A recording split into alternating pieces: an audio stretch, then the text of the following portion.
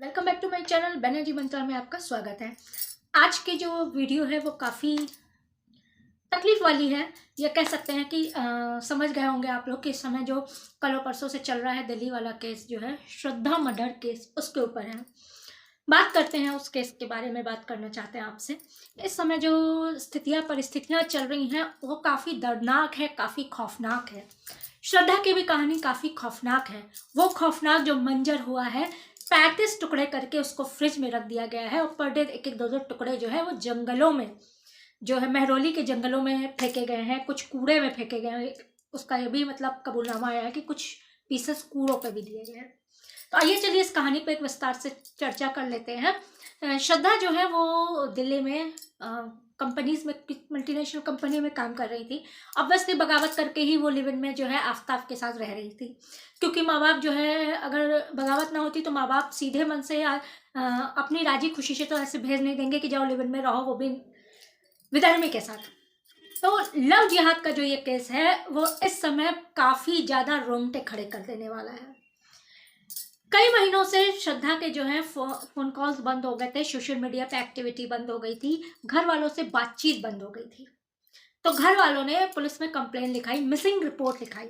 जब missing report लिखाई तो वहाँ पे जब उनको बुला के पूछताछ किया गया तो आफ्ताब ने ये बयान दिया कि वो तो मुझसे लड़ झगड़ के काफ़ी महीने पहले ही घर जा चुकी थी, मुझे छोड़ के जा चुकी थी। इस तरह के बयान देने के बाद भी जब भी उससे पूछा जाता था तो वो अलग अलग बयान हर बार देता था और हर बार उसकी अलग स्टेटमेंट होती थी। इसी पे, बस इसी एक चीज़ पे पुलिस वालों को शक हुआ, दिल्ली पुलिस को शक हुआ कि इसी इन्हें कुछ किया है और ये इन्वॉल्व है और श्रद्धा के साथ बहुत कुछ गलत हुआ है। जब उससे कड़ाई से पूछताछ की गई, लोकल पुलिस स्टेशन जहां वो रह रहा था, छतरपुर जो है जहाँ पे रह रहा था, उसके लोकल पुलिस स्टेशन पे भी ये बात पहुंचाई गई, उसको वहां पे बुलाया गया। जब अलग अलग चीज़ों पे एसआईटी का गठन किया गया और जब उनसे पूछताछ, उन लोग ने पूछताछ की तो इसने फिर से वही अलग अलग जवाब देना शुरू किया। हर स्टेटमेंट एक दूसरे से मैच नहीं कर रहा था। इसी बात पे जब इसको बैठाल के कड़ाई से पूछताछ की गई, यानी कि जो अपने तरीके उनके इन लोग के पूछताछ करने के, जब इनसे कड़ाई से पूछताछ की गई तो एक खौफनाक किस्सा उभर कर आया।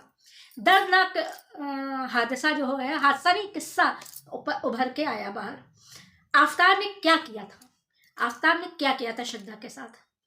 लव जिहाद का ये मामला इतना खौफनाक होगा कि आपकी सोच से भी बाहर होगा। आफ्ताब की लड़ाई चल रही थी श्रद्धा के साथ, जब उसने कबूल किया कि हमारी लड़ाई चल रही थी, क्योंकि श्रद्धा को उसके ऊपर शक होने लगा था कि इसका किसी और से भी संबंध है। चूंकि शादी हुई नहीं थी, लिव इन में जो है ये एक दूसरे के ऊपर शक के बिना पे लड़ाई झगड़ा आल्टू ये सब चीज़ें होती रहती हैं, इसीलिए तो शादी रखी गई है। ये जो शादी का महत्व है वो इसीलिए है क्योंकि एक दूसरे से बंधे होते हैं, एक दूसरे के परिवार बंधे होते हैं। और ये जो लिव इन जैसे चीज़ें हैं, भले ही आजकल मान्यता मिल गई हो सरकार से, लेकिन ये अभी भी और हमेशा से ही संदेहास्पद के साथ साथ इस तरह की वारदातों को अंजाम देते रहेंगे, क्योंकि इसमें कोई सिक्योरिटी नहीं होती है, कोई पारिवारिक दबाव नहीं होता है। जब चाहे रह लिए, जब चाहे निकल लिए, जब चाहे इस तरह की चीज़ें कांड कर डाले। इसी तरह से जब उनकी लड़ाई बढ़ती जा रही थी तो काफ़ी बार आफ्ताब ने श्रद्धा को मारने की कोशिश की, लेकिन पकड़े जाने के डर से वो उस घटना को अंजाम नहीं दे पा रहा था। इन दिनों जब श्रद्धा को पूरी तरह से कंफर्म होने लगा था कि इसका कहीं और भी चल रहा है और ये इस तरह की चीज़ें धोखेबाजी कर रहा है, तो उसने शादी का दबाव बनाना शुरू किया।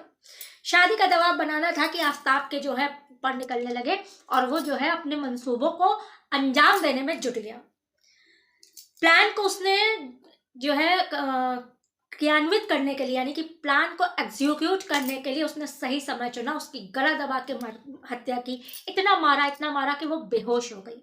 श्रद्धा जब बेहोश हुई तो उसकी गला दबा के हत्या की।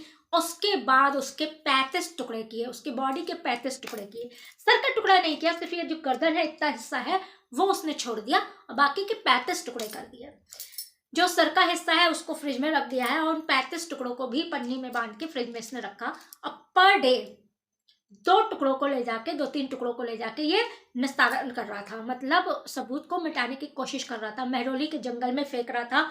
कुछ तो इसने कबूला है कि कुछ तो इसने कूड़े वाले को भी पन्नी में लपेट के कूड़ों के साथ भी दे दिया है। ज़्यादा देता तो पकड़ा जाता, इसलिए थोड़े थोड़े इस तरह से भी इसने निस्तारण की है। सबूत और जितने भी चीज़ें थी वो नष्ट करने का काम किया। ऊपर से ये इसकी हैवानियत का अंदाज़ा आप लगा सकते हैं कि ये जो इसका खोपड़ी थी, यानी कि श्रद्धा की जो खोपड़ी थी, उसको फ्रिज में जो रखा था, ये रोज उसको खोल के देखता था, निहारता था, हंसता था और फिर फ्रिज बंद कर रह लेता था। घर से बदबू ना आए इसके लिए इसने काफ़ी एसिड और जाने कौन कौन से केमिकल चीज़ों का भी प्रयोग किया कि घर से, क्योंकि फ्रिज में था लेकिन फ्रिज में भी कै दिन रहता, बदबू आ सकती थी, इसलिए इसने इन केमिकल्स का भी प्रयोग किया, सिर्फ अपने सबूत मिटाने के लिए, अपने गुनाह छुपाने के लिए। अब उसके बाद जब ये इसने सारे शवों का वो कर लिया, तो लास्ट में इसने उस खोपड़ी का भी निस्तारण किया, यानी कि खोपड़ी को ख़त्म किया, जो मतलब जो भी इसने किया होगा, फेंका होगा, वो इसने एकदम लास्ट में किया। अब ये बात सामने कैसे आई? जब एसआईटी की पूछताछ पे इसने कबूला, उसके बाद जो है इसको घटना स्थल पे, यानी कि क्राइम सीन पे ले जाया गया और वहां पे जब उससे पूछा गया, पुलिस की जांच में पुलिस के सवालों से ये परेशान होकर कभी इधर बताता था, कभी उधर बताता था, सही जगह भी नहीं बताता था। अब कुछ तो ये इतना शातिर आदमी है कि कुछ तो ये जवाब में बता रहा है, मैं भूल गया, मुझे याद भी नहीं है। इसने ये जो सबूत मिटाया है, ये इसके पास आइडिया कहाँ से आया? आप जानते हैं, इसने मारने के बाद गूगल किया और सबूत मिटाने के काफ़ी आइडियाज़ वहाँ से लिए हैं। कुछ लोग कह रहे हैं कि कुछ फिल्म का भी इसने सीन जो था उस वक्त भी, कुछ फिल्म का भी सीन देख के इसने ये आइडियाज़ लिए कि किस तरह से सबूत मिटाए जाए। लेकिन ऐसे गुनाह छुपते नहीं हैं, एक ना एक दिन सामने आते हैं और गुनाह, वही इसका गुनाह जो है वो सामने आया। अब जो है इसने जब वहाँ पे जाके कबूल किया कि मैंने ये किया है ना, तो पुलिस वालों के भी, एसआईटी वालों के भी, क्राइम ब्रांच वालों के भी रोंगटे खड़े हो गए। वो सोच नहीं पा रहे थे, उनके सोचने समझने की शक्ति भी वो हो गई थी कि इस तरह की दरिंदगी ये कैसे कर सकता है, एक इंसान इस तरह की दरिंदगी कैसे कर सकता है। प्यार प्यार करता था, लव, जी हाँ, लव कहाँ था? लव जिसके साथ रहे, कुत्ता पालिए ना, एक जानवर पालिए, उसके साथ भी प्यार हो जाता है, लगाव हो जाता है, आदमी अपने बच्चे की तरह मानने लगता है। एक जानवर पालिए, उससे भी इतना लगाव होता है कि उसके मरने पे इंसान के आंसू निकलते हैं। क्या इसके आंसू नहीं निकले थे? क्या इसको जरा सा भी खौफ नहीं था? क्या इसने ऐसा कुछ सीखा था, ऐसा कुछ इसको दिमाग में था कि कोई उसको बचा लेगा या ऐसा गुनाह करके ये बच जाएगा? क्या इसके दिमाग में पुलिस का, समाज का, किसी चीज का कोई डर नहीं था? किस तरह का प्यार था कि आजकल की लड़कियां किस तरह के प्यार की खोज में रहती हैं, जो हर किसी से, परिवार से और माँ बाप से भी बगावत कर लेती हैं।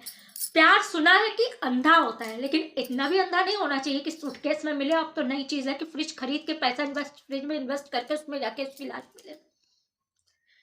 काफी तकलीफ में ये वीडियो बना रहे हैं, काफी सोचते हैं, मानसिक स्थिति काफी इस चीज को सोचते सोचते सोचते सोचते बहुत ज्यादा हाई उसमें पहुंच गई है, तब मैं ये वीडियो बना रही हूँ।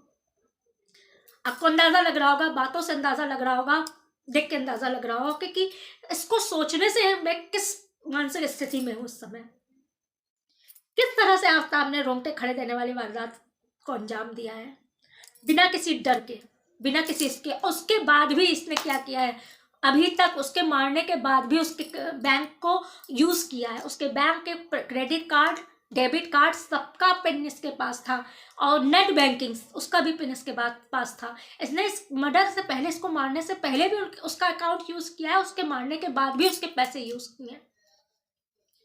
ऐसा गुनहगार और बेशरम आदमी को कानून सख्त से सख्त सजा दे, यही उम्मीद करते हैं। क्या महिलाओं के साथ इस तरह की दरिंदगी रुकेगी? क्या कोई भी उपाय नहीं है? क्या कोई भी रास्ता नहीं है इन सब चीजों से बचने का? मानते हैं कि लड़कियों की भी कई लोग लड़कियों की भी गलतियां दे रहे हैं, मानते हैं कि हाँ, बच्चों से भी गलतियां हुई हैं, बच्चियों से भी गलतियां हो रही हैं। लड़कियों को सिर्फ अकेला दोष देने से काफी नहीं होता है, हमको भी ऐसी चीजें अपने बच्चों को सिखानी पड़ेंगी आगे चल के, या अभी से ही, छोटे से ही, कि एक तो धार्मिक शिक्षा देनी बहुत जरूरी होती है, क्योंकि उसके पीछे की जो कहानियाँ होती हैं, जो उसका वो होता है, मोटिव होता है कि अच्छा करेंगे तो अच्छा फल मिलेगा, या हम अपने धर्म के रास्ते पे चलेंगे, अच्छे रास्ते पे चलेंगे तो हमको अच्छाई नसीब होगी। ये चीज़ें बच्चों को सिखानी बहुत ज़रूरी होती है, जिससे कि कोई भी बच्चा इस तरह के जाल में ना फंसे।